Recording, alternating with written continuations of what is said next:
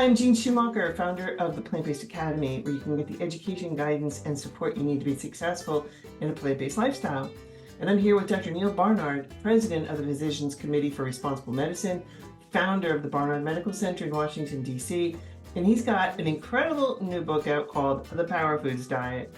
In this book, he covers breakthrough plan that traps, tames, and burns calories for easy and permanent weight loss.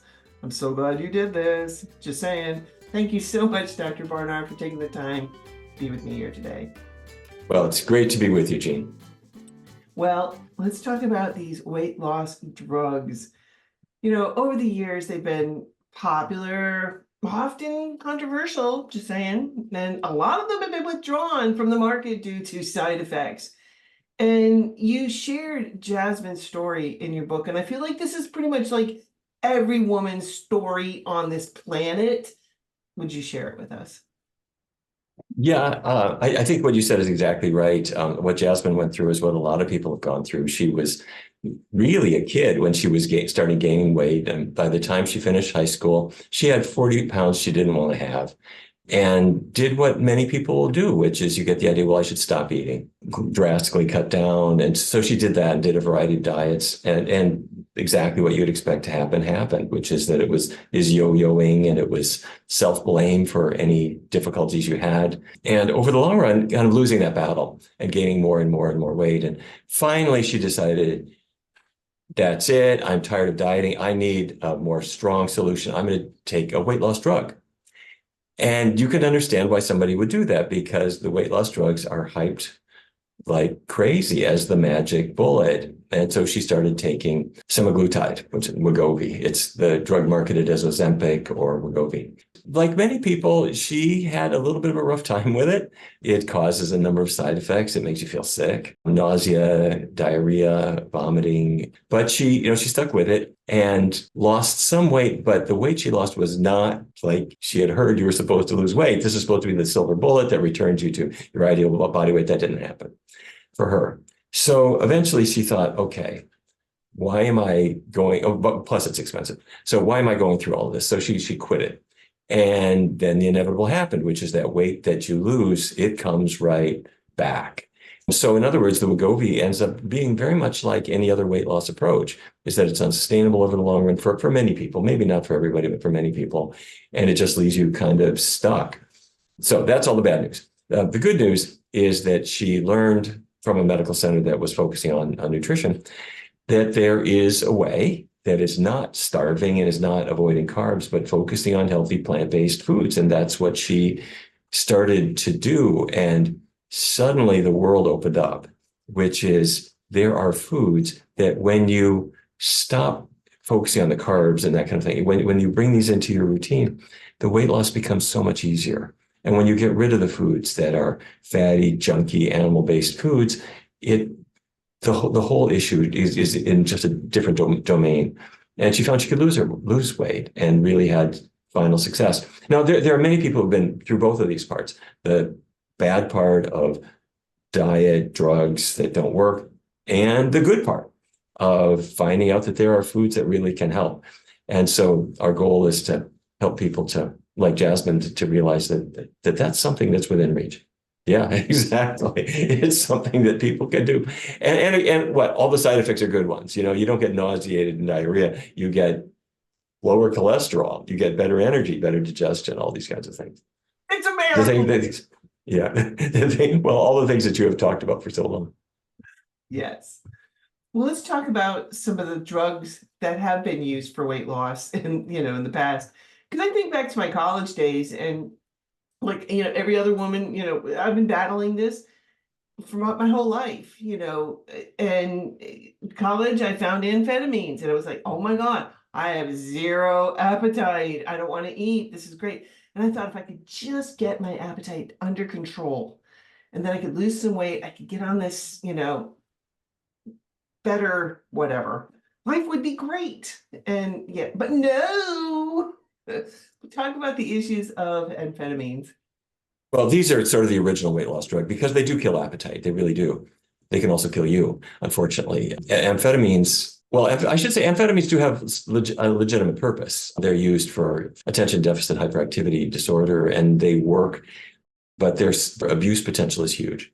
And they are habit forming, very much so. And they can distort your personality. They can lead to all kinds of problems, including delusional behavior, and they can be fatal. So the sawdust fell out of that transmission. And but no, I mean, nonetheless, they remained popular for years and they're still legal. In the 1990s, though, a new drug kind of eclipsed them, and this is the fen-phen combination. And this was a combination of two different drugs, which were phentermine and fenfluramine. And they looked really great. And it was just like the Wegovy stuff that you hear about nowadays. This is the weight loss sensation, and people were on them, and celebrities were using them. The problem was that as time went on, and more people were using, you started to see the real side effects crop up. And it was heart problems that could be fatal. And that ended it. I got to say that the whole fen-phen craze crashed and burned. And then there have been many other drugs that have come and gone. Another one called Belviq, which is lorcaserin. And it's like all of these appetite suppressants. They look okay. You know, people take them, they lose some weight. The drug companies push them like crazy.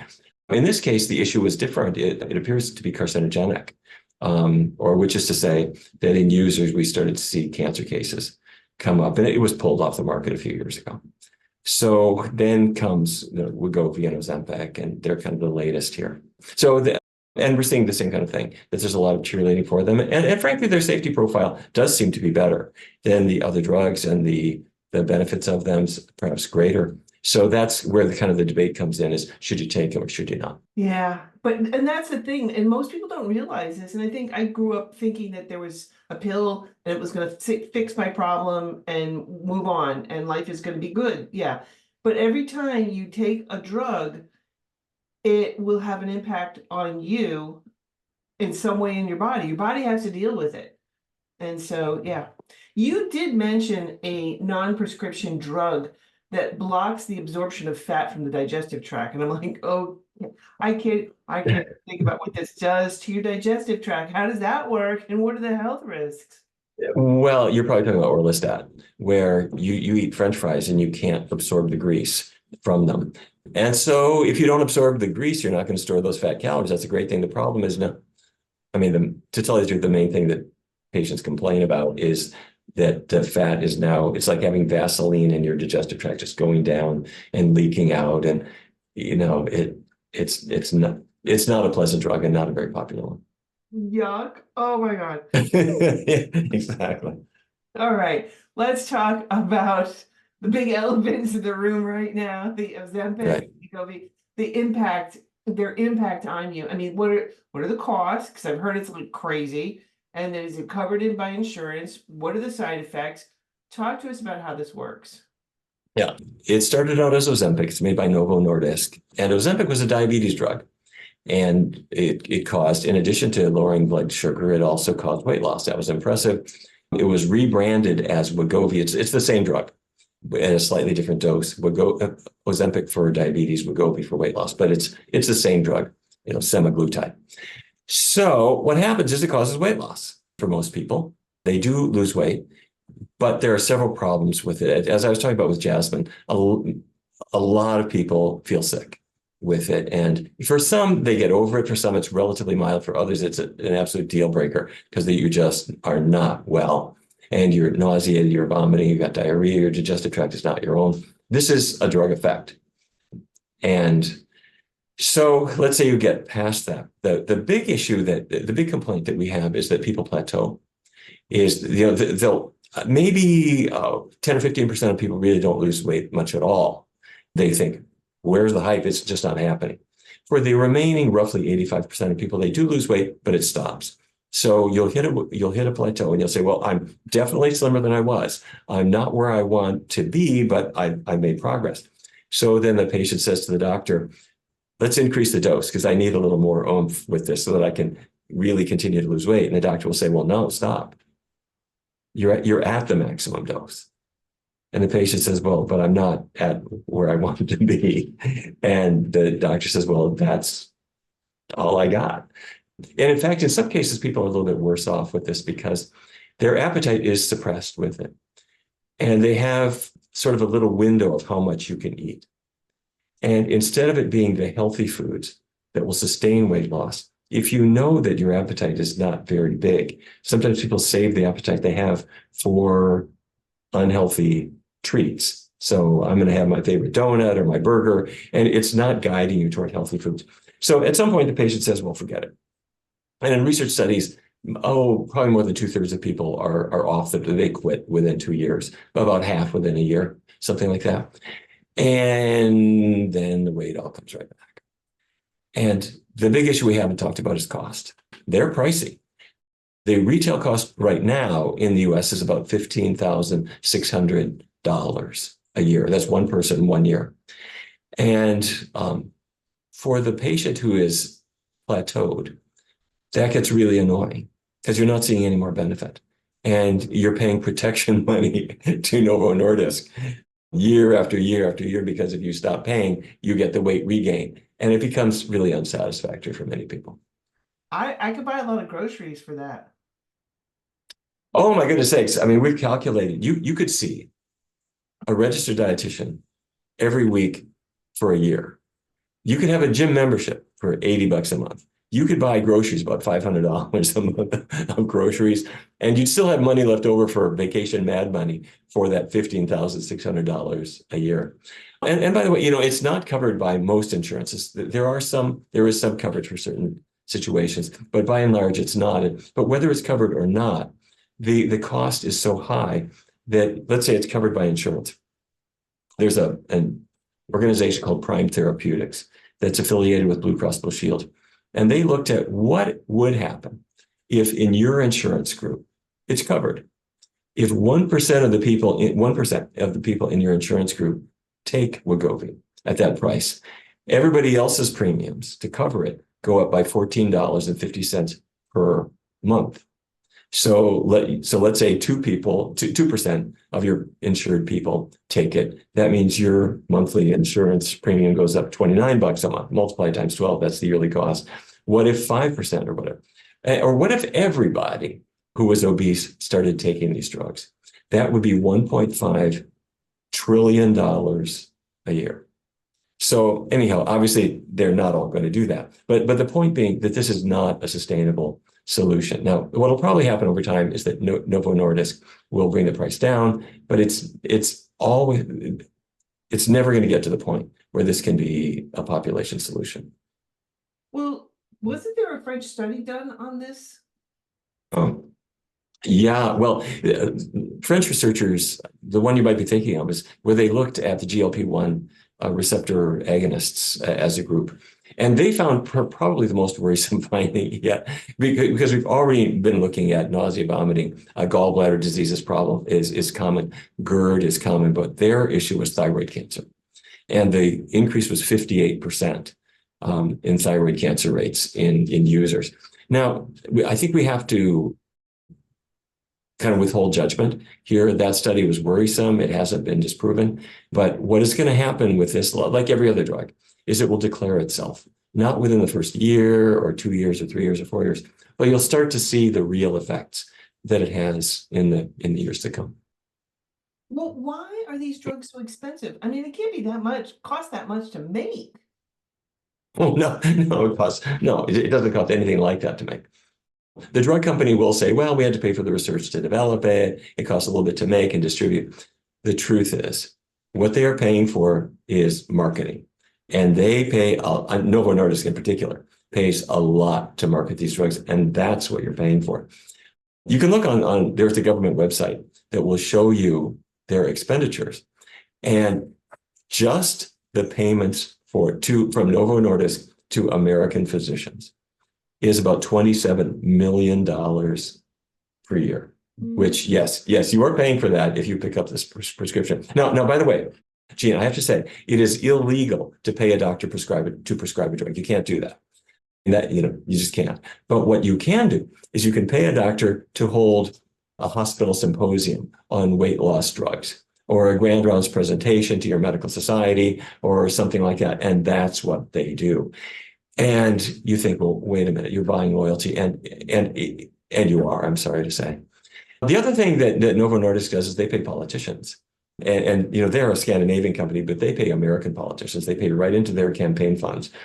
And they max their donations. And the reason that they do it is because American members of Congress are going to be voting on whether Medicare should be covering their drug. And so that's where the money goes. Plus, they have a huge, enormous advertising budget. I should say promotional budget, because it's not all advertising. They work with television networks to try to convince them to run a program that's favorable on our drug, And so that's really where the costs are. Plus profit. There's nothing that Novo Nordisk is going to do that's designed just to make the population healthier. They're a company that has investors, and that is their number one loyalty. That's true for every drug company.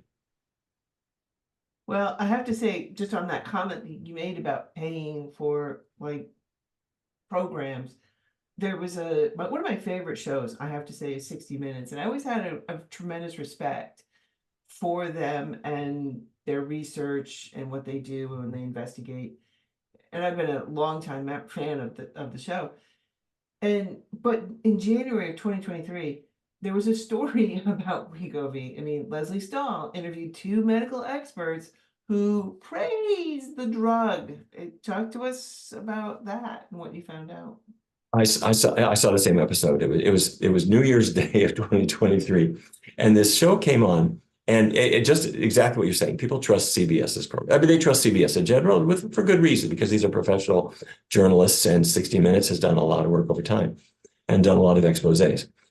But it was as if these 2 medical experts just couldn't say enough great things about this drug, and they called it a fabulous drug and whatever. Afterwards, I looked up the 2 medical experts, very well-known people. Both of them were paid by Novo Nordisk.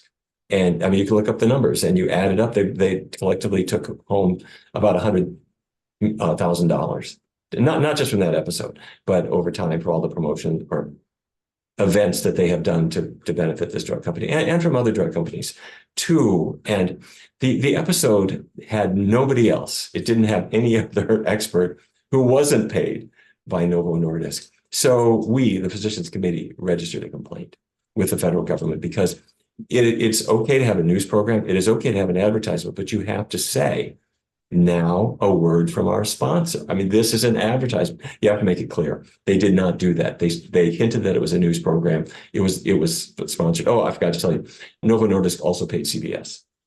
They didn't just pay. Yes, they did. They didn't just pay these medical experts. And Gene, what really troubled me is to hear really good doctors, well-trained doctors, say things that they know are dishonest. One of them said, genetics are a big reason for weight loss, which they can be. But they said the biggest contributor, or one of the biggest predictors of whether you'll have weight issues, is whether your parents did.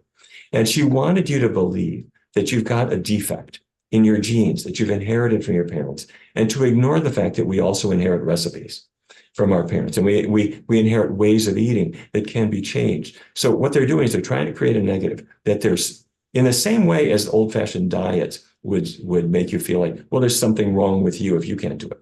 Now the Wegovy narrative, there's something wrong in your genes. And there's something wrong in your brain, that you can't control your appetite. And it's not your fault. It's a biological problem that you have that our product is going to fix. And that's just a lie. Now, don't get me wrong. There are complex contributors to obesity. And there are polygenic conditions where people have multiple genetic alterations that lead to them really having weight that has gone off the scale early in life. And I would be prepared to believe that a drug is something that could be considered for those individuals. That is not the people who are lined up for Wegovy at the pharmacy. 40% of Americans are dealing with serious weight issues, and they don't all have something wrong with their genes and something wrong with their brain that they inherited with their parents. It's a dishonest narrative that's being handed down, and good people are buying into. By that I mean good doctors are selling their loyalty to these companies, and I think that's really a mistake. Oh, it's just so sad, because we're just getting away from what doctors should be doing, and that's healing the body. And I'm just going to put a plug in on the NHA website. I'm the historian now, and I started researching Isaac Jennings. And this guy was trained at Yale back in the early 1800s. Best, one of the best, things, educations you could get. And he went back to Derby, Connecticut and started, his practice, and realized very quickly that the medications, the drugs that he was using were doing more harm than good. And so he created tinctures, just a vegetable dye to give to his patients, and he made bread pills. So he's basically giving placebos. And, he would go to their house and say, now, this is very powerful medicine. Now just take 1 teaspoon and put it in some water only once every 8 hours, he was getting him to hydrate, or every couple of hours, whatever. But he was getting him to hydrate, basically, because hydration was not, a lot of people died of hydration, because they didn't want you to drink water when you got sick. But he quickly realized that medications were having such tremendous side effects and not healing the body. It's just crazy. Anyway. Yeah, we see it over and over again. And I do want to emphasize there is a role for medications of all kinds, and people shouldn't fire their doctor and throw their medications in the trash. And there may even be roles for weight loss medications for certain selected people. I don't want to rule any of that out. But what I'm concerned about is if the driver is an unhealthful diet, and if we fail to address that with the patient, and we don't talk with them about getting on the right path, perhaps because the doctor is not educated in it, then we're condemning the patient to simply being a customer for the drug industry. And that's not a service to our patients. It's true. Well, you say in your book that Wegovy does artificially what your body can do naturally. Explain that. Yeah, Wegovy and Ozempic and other drugs in this class they're a synthetic version of something called GLP-1. And GLP-1 is in your body naturally. Your digestive tract responds to a meal by making GLP-1. And and this is a good thing. It goes through the bloodstream up to your brain and says to the brain, a good thing. The digestive tract through GLP-1 says to the brain, I've swallowed a lot of food. I'm digesting it. That's about all I can handle right now. So turn down the appetite, because I don't want eating to continue because I can't handle all this food. I've got the right amount I need. Our body has homeostasis where we are hungry, we eat, we should then feel full and satisfied. So it's turned off. In the same way as I'm thirsty, I drink, my thirst should go away. So the issue is we need our GLP-1 to function. And if our GLP-1 is functioning naturally, then it's pretty hard to make a case for injecting Wegovy. Wow. The problem is it's not working naturally for most people. Because it turns out it's stimulated by only certain kinds of foods. My colleague, Hana Kaliova, who is a brilliant endocrinologist, and she heads our clinical research department, did an amazing experiment. She brought in volunteers. She gave them a McDonald's burger. And the McDonald's burger did not trigger GLP-1 to any substantial degree. And she then did the same experiment with a plant-based burger, and it caused GLP-1 to shoot right up. Okay, so why would that be? Because your intestinal tract is pretty smart. You can't just fool it with, okay, here's something that's not nourishing. It's looking for particular things. Among the things it's looking for are fiber, which is missing in the burger. It's looking for complex carbohydrate, not in the burger, but these things are abundant in the plant-based meal. So let's say I'm going through life, and my parents brought me, I'm a kid, and my parents brought me to McDonald's, and I liked it, but it didn't quite turn off my appetite until my stomach stretch made me stop because of pain. Well, I'm defeating, or I'm not using the natural appetite turn-off switches. So the GLP-1 is there, it's in your body, it's ready to be released, but it doesn't get released unless you're eating the right foods. So here's the million-dollar question. If the right foods stimulate the GLP-1 naturally, why would anyone want Wegovy with all its expense, side effects, weight gain, or regain when you stop the injections? Why? Well, because they've never heard what I just said. Their doctor didn't explain it to them. You will not see it in the advertisements. And in fact, even Novo Nordisk's own research trials, when they'll compare Wegovy to a diet, the diet they use is sort of an old-fashioned calorie counting diet that wasn't going to work anyway. They don't set it up to try to compete with a truly healthful diet with good support, the kinds of things that you or I would do to really help a person to deal with the weight issue. Right.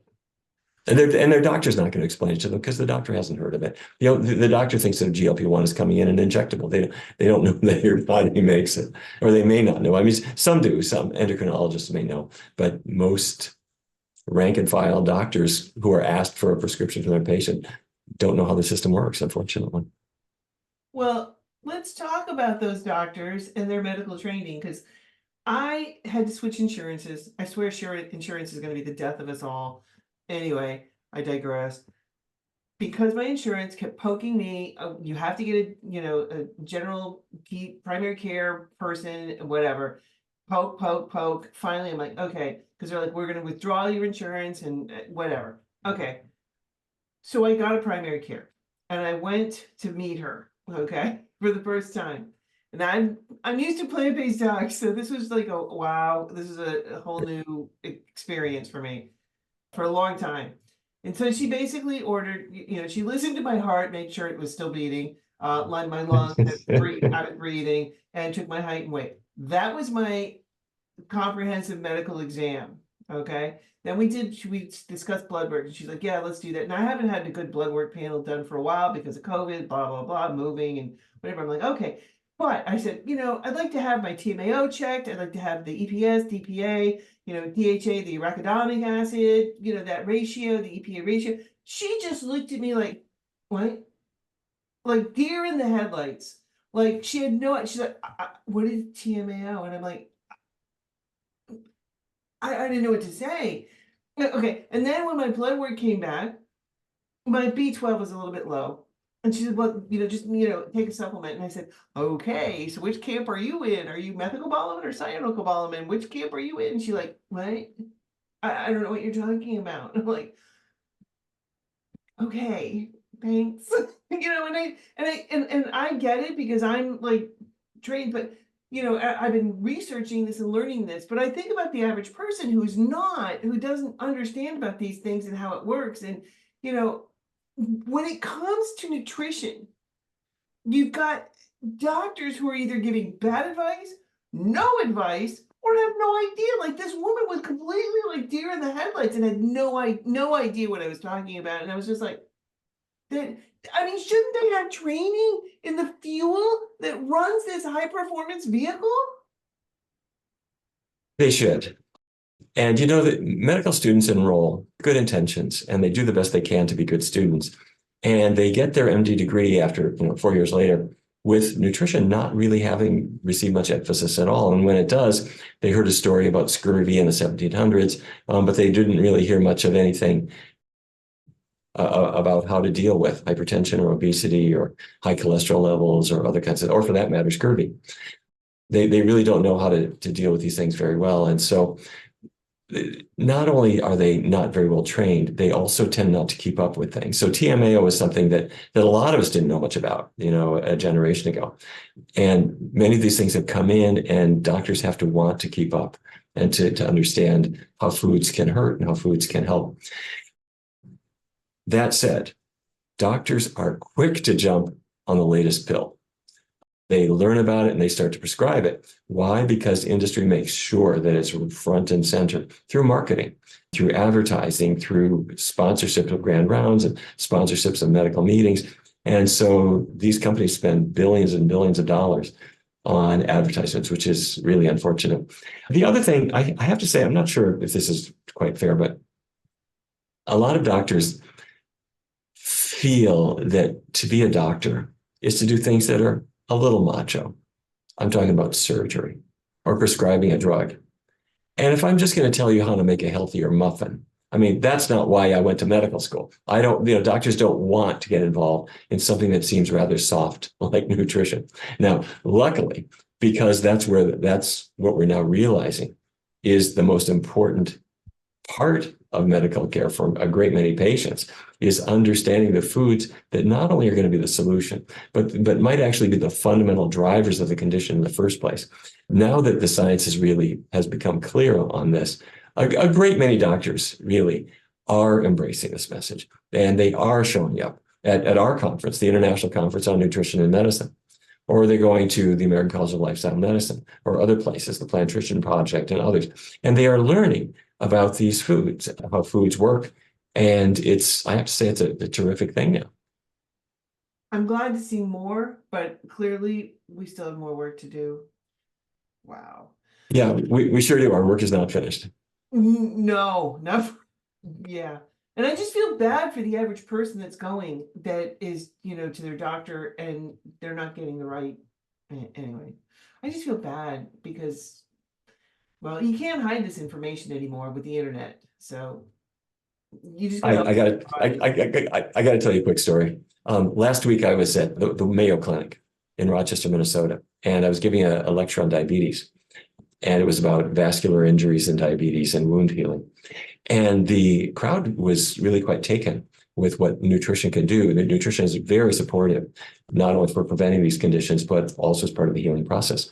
And one of the physicians there said, I can really see the point of a plant-based diet for the healing process. But here, we don't have any support for that.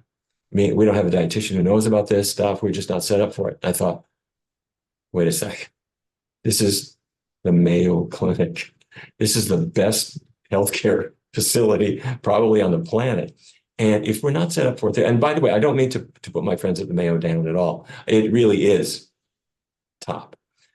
However, what they have identified in a really important way is that we need to change our medical structure, which is in the very same way as if you're going to see a doctor for a knee injury. They know that you need physical therapy and they're going to hook you up with a physical therapist. If you're there for a diet-related disease, obesity, diabetes, hypertension, high cholesterol, and they say, well, I don't have a dietitian on staff, I don't know who to refer you to, that one day will become malpractice. They've got to have not only a dietetic expert, but one who understands the right diet, because not every dietitian does. Some dietitians go off on kind of their own tangent. And so they really have to understand what good nutrition means, and it means a healthy plant-based diet. It's true. It is so true. Well, let's talk medications that can cause weight gain. One in particular you mentioned was the cholesterol lowering drugs like Lipitor, Zocor, Crestor. What's going on here? Yeah, the statin drugs they're effective. I mean, they do lower cholesterol, and for many people, this is going to have health benefits for them. But there are a couple things that should be said. The first is that the side effects are not all identified in the first year of use, or sometimes even the first decade of use. And so as the statins came out, it was clear that they would cause muscle problems, liver problems, and other issues that in some cases would preclude their use. Then we started to discover weight gain. And the weight gain wasn't enormous, but it was noticeable. And you would see it in randomized trials, that you would see weight gain after 10, 12, 16 weeks on the drug. And it turns out that they're affecting leptin. Your fat cells. Let's say I'm developing more fat because I'm overeating. Your body fat cells will try to counteract that. Your body fat makes leptin, Leptin, and it goes to the brain and says, okay, let's kind of bring our appetite down because I'm gaining weight I don't want to have. Well, the statins slow down leptin production so that your appetite is no longer contained very well. And researchers at Mayo identified this, that it's the genes for making leptin are disrupted by the statin. And the other thing that I should say is that 90% of people on statins probably would not need them if they were actually on a healthful drug. Now, I don't mean to say that everybody on a perfect diet is going to have a perfect cholesterol. They won't, because there's a lot of variability, and I think that there is a role for statins in a number of conditions.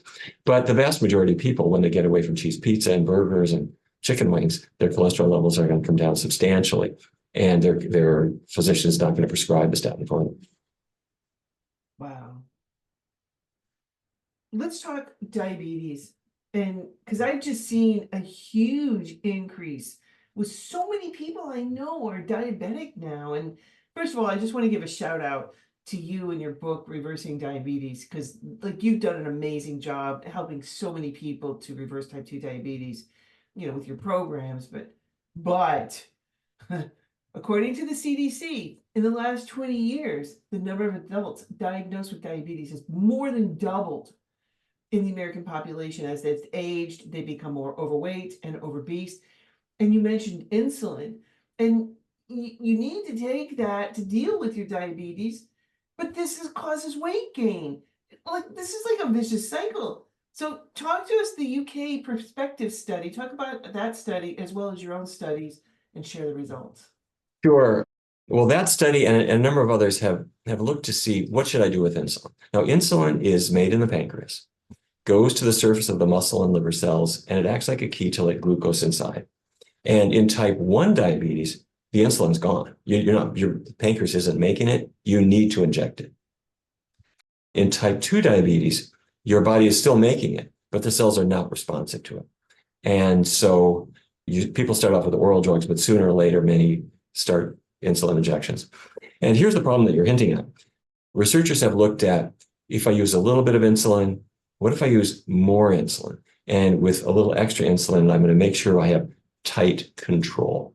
What that means is I'm going to use enough insulin to really get your blood sugars down as low as I can safely get them.